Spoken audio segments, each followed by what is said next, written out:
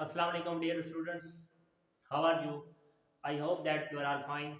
Dear students, आज का जो हमारा टॉपिक है वो है direct speech and indirect speech, okay, या डायरेक्ट नरेशन या इनडायरेक्ट नरेशन। तो सबसे पहले जो है वो वीडियो को शुरू करने से पहले मैं आपको ये बता दूं कि आज के वीडियो लेक्चर के अंदर हम डायरेक्ट और इनडायरेक्ट नरेशन के का एक इंट्रोडक्शन विद रूल्स हम देखेंगे कि डायरेक्ट नरेशन क्या होती है, इनडायरेक्ट नरेशन क्या होती है। ठीक है, इसके इसके अंदर जो रूल्स यूज़ होते हैं वो कौन कौन से हैं। ठीक है, आज हम और इससे आगे एक दो वीडियोस में हम सिर्फ रूल्स देखेंगे, फिर इसके बाद हम जो है वो आगे सेंटेंसेस को जो है वो इनडायरेक्ट उसमें नरेशन में स्पीच में देखेंगे कैसे रूल्स के मुताबिक चेंज किया जाता है। तो सबसे पहले शुरू करते हैं। जो पहला है वो है direct narration and indirect narration. तो सबसे पहले डायरेक्ट नरेशन क्या होती है। स्टूडेंट्स, आपको पता है कि डायरेक्ट नरेशन ये होती है कि जब हम जैसे उसने कहा कि he said I am unwell, ये एक सेंटेंस लिखा हुआ है, he said I am unwell. अब इन्वर्टेड कॉमर्स के जो अंदर वाला हिस्सा होता है वो डायरेक्ट नरेशन होती है। क्यों? क्योंकि जैसे किसी ने कहा है ना, जैसे किसी ने कहा है, अगर आप उसको एज इट इज बता देते हैं, उसकी बात के अंदर कोई चेंजिंग नहीं आते, इनडायरेक्ट वे में नहीं बताते, तब वो क्या होती है, वो इनडायरेक्ट, वो डायरेक्ट होती है। यानी आप एज इट इज बता रहे हैं उसकी बात को, I am unwell, he said I am unwell, इसमें हमने इनडायरेक्ट नहीं बताया। तो इन्वर्टेड कॉमर्स के अंदर अगर आपने बात लिख दी है जैसे कि उसने कहा है, ठीक है, तो फिर वो डायरेक्ट नरेशन हो जाएगी। और इनडायरेक्ट नरेशन ये होती है कि अगर इस बात को मैं यूं बयान करूं, यानी अगर मैं इसको कहूं, he said that he was unwell. अब ये क्या है, अब ये इनडायरेक्ट नरेशन हो गई है। अब ये वाज क्यों आया, ये दैट क्यों आया, ये रूल जो है वो आपको मैं साथ बता देता हूँ कि जब आप इनडायरेक्ट एक डायरेक्ट नरेशन को इनडायरेक्ट में चेंज करते हैं तो इन्वर्टेड कॉमर्स को हटाने के लिए आप दैट का यूज करते हैं। ठीक है, ये कॉमा और ये इन्वर्टेड कॉमर्स, ये चीजें हट जाती हैं जब आप दैट लगाते हैं। दैट लगाना जरूरी है जो सिंपल अफर्मेटिव सेंटेंसेस हैं उनके अंदर। और ही क्यों आया है यहाँ पे, जो अगला रूल है, अगला रूल आप इसमें ये है कि जो आपका फर्स्ट पर्सन है, आपको पता है आई, आई को हम फर्स्ट पर्सन कहते हैं इंग्लिश ग्रामर के अंदर। तो जो फर्स्ट पर्सन होता है वो रूल लिख लें कि जो इसमें एक मैं आपको मजीद इससे पहले आपको एक बात और बता दूं, यहाँ तक तो आपको समझ आ गई कि ये इनडायरेक्ट नरेशन है और ये डायरेक्ट नरेशन है। अब फर्स्ट पर्सन किससे चेंज होता है ये बताने से पहले आपको ये बताता हूँ कि रिपोर्टिंग स्पीच क्या होती है और रिपोर्टेड स्पीच क्या होती है। ठीक है, इन्वर्टेड कॉमर्स से जो बाहर वाला हिस्सा है इसे हम कहते हैं रिपोर्टिंग स्पीच। इसे हम क्या कहते हैं, ये क्या है, रिपोर्टिंग स्पीच है, इसके अंदर रिपोर्ट किया जा रहा है। अब ये जो इन्वर्टेड कॉमर्स से बाहर वाला हिस्सा है, सॉरी, इन्वर्टेड कॉमर्स से जो अंदर वाला हिस्सा है, इसे हम कहते हैं रिपोर्टेड स्पीच। ये क्या है, रिपोर्टेड स्पीच है। ठीक है, अब यहाँ पे बात ये थी, मैं आपको बता रहा था कि जो आपका फर्स्ट पर्सन होता है इन्वर्टेड कॉमर्स के अंदर का, जो फर्स्ट पर्सन है, अगर फर्स्ट पर्सन आया हुआ है तो वो आपका चेंज होगा, रिपोर्टिंग स्पीच का जो सब्जेक्ट है उसके साथ चेंज होगा। He said I am unwell, उसने कहा कि मैं बीमार हूँ, मैं सही नहीं हूँ, मैं सेट नहीं हूँ। तो I am unwell, he said that, I को जब आप ही से चेंज करेंगे तो ही, क्योंकि वो कह रहा है, ही वाज। अब देखिए, अब यहाँ तक ये रूल समझ आ गया कि फर्स्ट पर्सन जो है वो रिपोर्टिंग स्पीच के सब्जेक्ट से चेंज होगा, एक रूल। नंबर टू रूल ये है कि अगर पास्ट टेंस है बाय, देखिए ही सेड से सेड बना है, तो अगर पहले से पास्ट टेंस में एक जो आपकी रिपोर्टिंग स्पीच है अगर वो पास्ट टेंस में आई हुई है, तो आपने क्या करना है कि जो जब आप इसको इनडायरेक्ट में चेंज करेंगे तो जो रिपोर्टेड स्पीच है उसको भी आपने पास्ट में चेंज करना है। इस वजह से एम को हमने वाज में चेंज किया है, ही वाज एंड देन बाकी वैसे का वैसा होगा। ठीक है, यहाँ तक ये समझ आ गई कि डायरेक्ट नरेशन क्या होती है, ठीक है, और इनडायरेक्ट नरेशन क्या होती है। आपका फर्स्ट पर्सन किससे चेंज होता है, ठीक है। और अगर पास्ट टेंस है तो past tense that is followed by past tense. यहाँ तक बात क्लियर हो गई होगी उम्मीद करता हूँ। अब अगली जो बात है, अगला जो सेंटेंस है उसमें ये है कि the teacher said to us you have not completed your drawing. यहाँ पे एक रूल है, रूल समझाने का, सेंटेंस लिखने का समझाने का मकसद ये है कि रूल समझ आते हैं। आपको पता है यू जो है वो सेकंड पर्सन होता है इंग्लिश ग्रामर के अंदर, यू जैसे आई को हम फर्स्ट पर्सन कहते हैं, तो ये क्या होता है सेकंड पर्सन। घबराना नहीं है, ये बहुत आसान चीज है। सेकंड पर्सन को आप किससे चेंज करते हैं? सेकंड पर्सन जो आपका रिपोर्टिंग स्पीच का जो ऑब्जेक्ट बनेगा।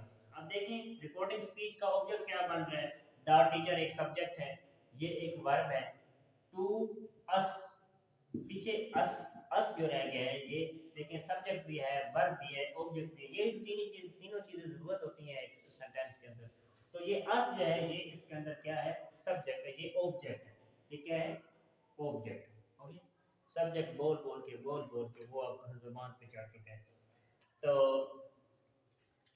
अब जो है वो the teacher said to us जो है ऑब्जेक्ट है, तो आपका जो सेकंड पर्सन होता है वो हमेशा जो रिपोर्टिंग स्पीच का ऑब्जेक्ट होता है उससे चेंज होता है, यू अब इससे चेंज होगा। कैसे देखते हैं।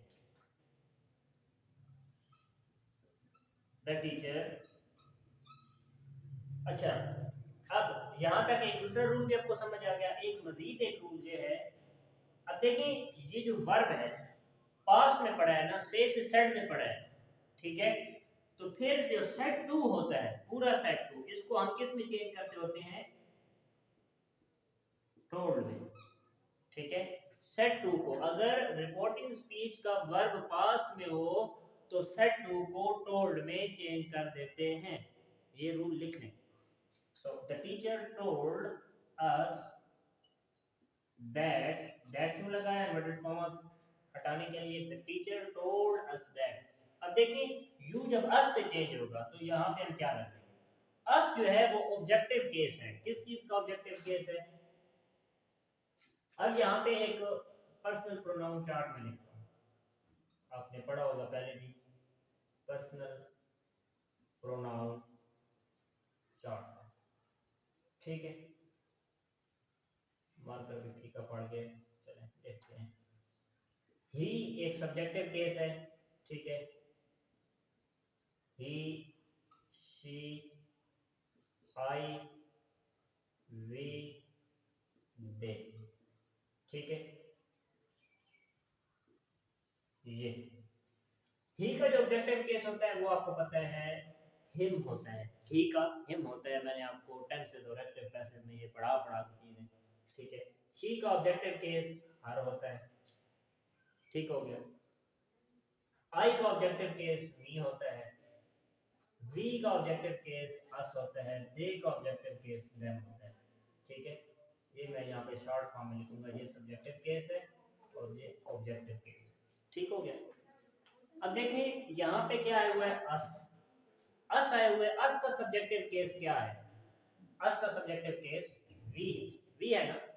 तो अब यू को चूंकि आप चेंज करेंगे ऑब्जेक्ट से, रिपोर्टिंग स्पीच का जो ऑब्जेक्ट है उससे चेंज करेंगे, तो इट मींस उसका हमें फिर सब्जेक्टिव केस लगाना होगा। हम अस तो नहीं कह सकते कि the teacher told us that us had not completed, अब ऐसे तो नहीं, इसका फिर हमें सब्जेक्टिव केस लगाना होता है, ठीक है। सब्जेक्टिव केस बनता है वी। अब यहाँ तक एक बात समझ आ गई कि सेकंड पर्सन जो है वो रिपोर्टिंग स्पीच के ऑब्जेक्ट से चेंज होता है। अब क्योंकि पीछे क्या है past tense is always followed by past tense, ये रूल मैंने आपको बता दिए। अब ये पास्ट टेंस है ना, तो अब जो इन्वर्टेड कॉमर्स के अंदर वाला हिस्सा है वो भी पास्ट में चेंज होगा, ठीक है। अब ये है present index, present perfect tense, present perfect को हम पास्ट परफेक्ट में चेंज करते हैं, ठीक है। ये आपको बता रहा है ना, हैव नॉट, हैज और हैव, ये किस में चेंज होते हैं, किस में इस्तेमाल होते हैं, प्रेजेंट परफेक्ट टेंस के अंदर। तो प्रेजेंट परफेक्ट यहाँ पे पास्ट परफेक्ट में चेंज होगा ताकि पास्ट टेंस फॉलो करे पास्ट टेंस को। तो यहाँ पे सिंपली आपने that we had not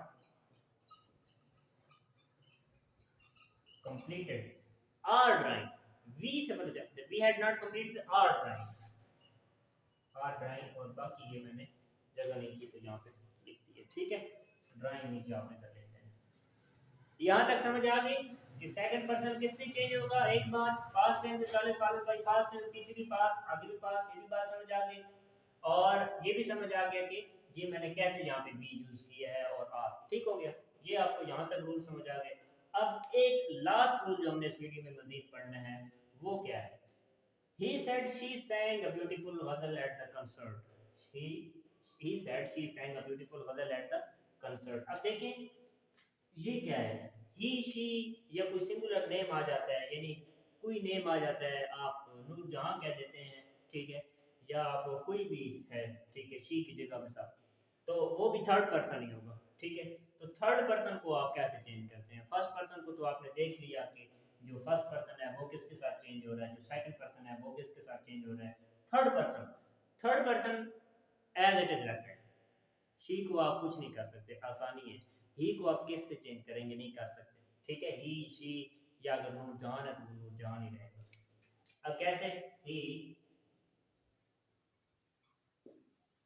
said that she, देखें पीछे से क्या चलता आ रहा है, पास्ट टेंस, पास्ट है ना तो आगे भी पास्ट आएगा, और पहले से है भी पास्ट, ठीक है। सिंग की सेकंड फॉर्म ऑफ वर्ब सैंग लगी हुई है तो पहले से ही पास्ट में है, अब इसको चेंज नहीं करेंगे मजीद। शी सैंग ब्यूटीफुल गजल एट द कंसर्ट, आगे फिर इसी तरह आपने लिख देना। तो रूल यहाँ तक उम्मीद करता हूँ वो आपको समझ आ गए होंगे। अब आखिर पे एक दफ़ा हम सारा रिवाइज कर लेते हैं कि हमने अभी तक इसमें कौन से रूल्स पढ़े हैं, क्या क्या पढ़ा है, ठीक है। डियर स्टूडेंट्स, देखें सबसे पहले हमने ये पढ़ा है कि आपकी जो डायरेक्ट नरेशन होती है, जो डायरेक्ट नरेशन है वो क्या होती है, और इनडायरेक्ट नरेशन या इनडायरेक्ट स्पीच क्या होती है, ये हमने पढ़ा।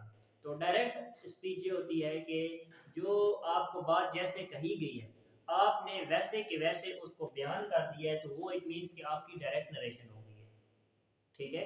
यानी उसने कहा he said I am unwell, आपने इन्वर्टेड कॉमर्स के अंदर लिख दिया he said I am unwell, तो ये डायरेक्ट नरेशन है, डायरेक्ट स्पीच है। हम इसके अंदर इसको इनडायरेक्ट वे में बयान नहीं कर रहे, ठीक है। जब हमने कहा कि he said that he was unwell, it means कि अब ये इनडायरेक्ट नरेशन है, इनडायरेक्ट वे में हमने इसको बयान किया है, तो ये इनडायरेक्ट नरेशन, ये इनडायरेक्ट स्पीच होती है। इसके अलावा हमने पढ़ा एक रिपोर्टिंग स्पीच क्या होती है, रिपोर्टेड स्पीच क्या होती है। रिपोर्टिंग स्पीच ये होती है कि जो इन्वर्टेड कॉमर्स से बाहर वाला हिस्सा है, ठीक है, जिसमें रिपोर्ट किए जा रहा है, टिंग, रिपोर्टिंग, ठीक है, रिपोर्ट किए जा रहा है, ठीक है, उसे हम क्या कहते हैं, रिपोर्टिंग स्पीच है।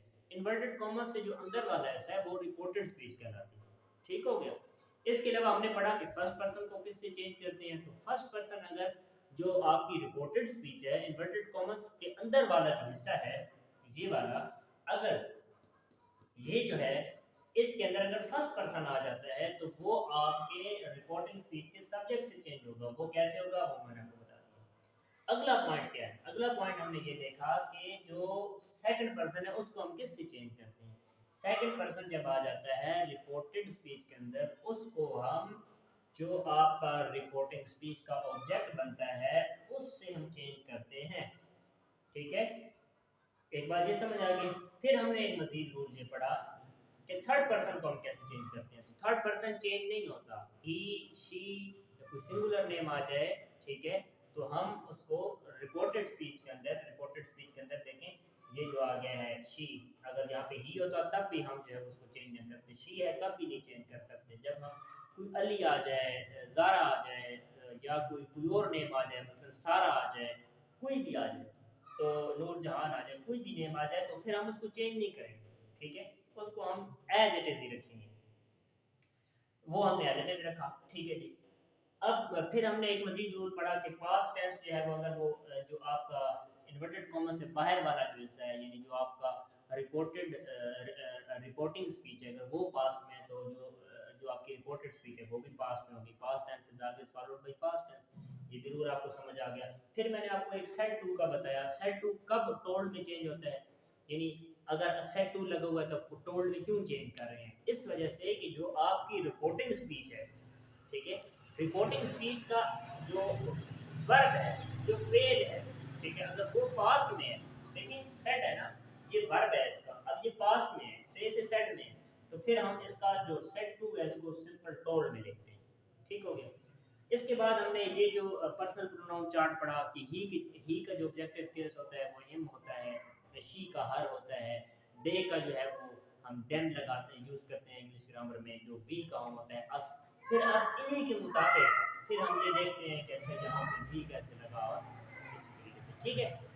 तो आप ये साथ साथ रूल्स नोट कर लिए करें ताकि आपको ये आपके पास नोट्स बने और आपके लिए आसानी हो इन रूल्स को जहन नशीन करना।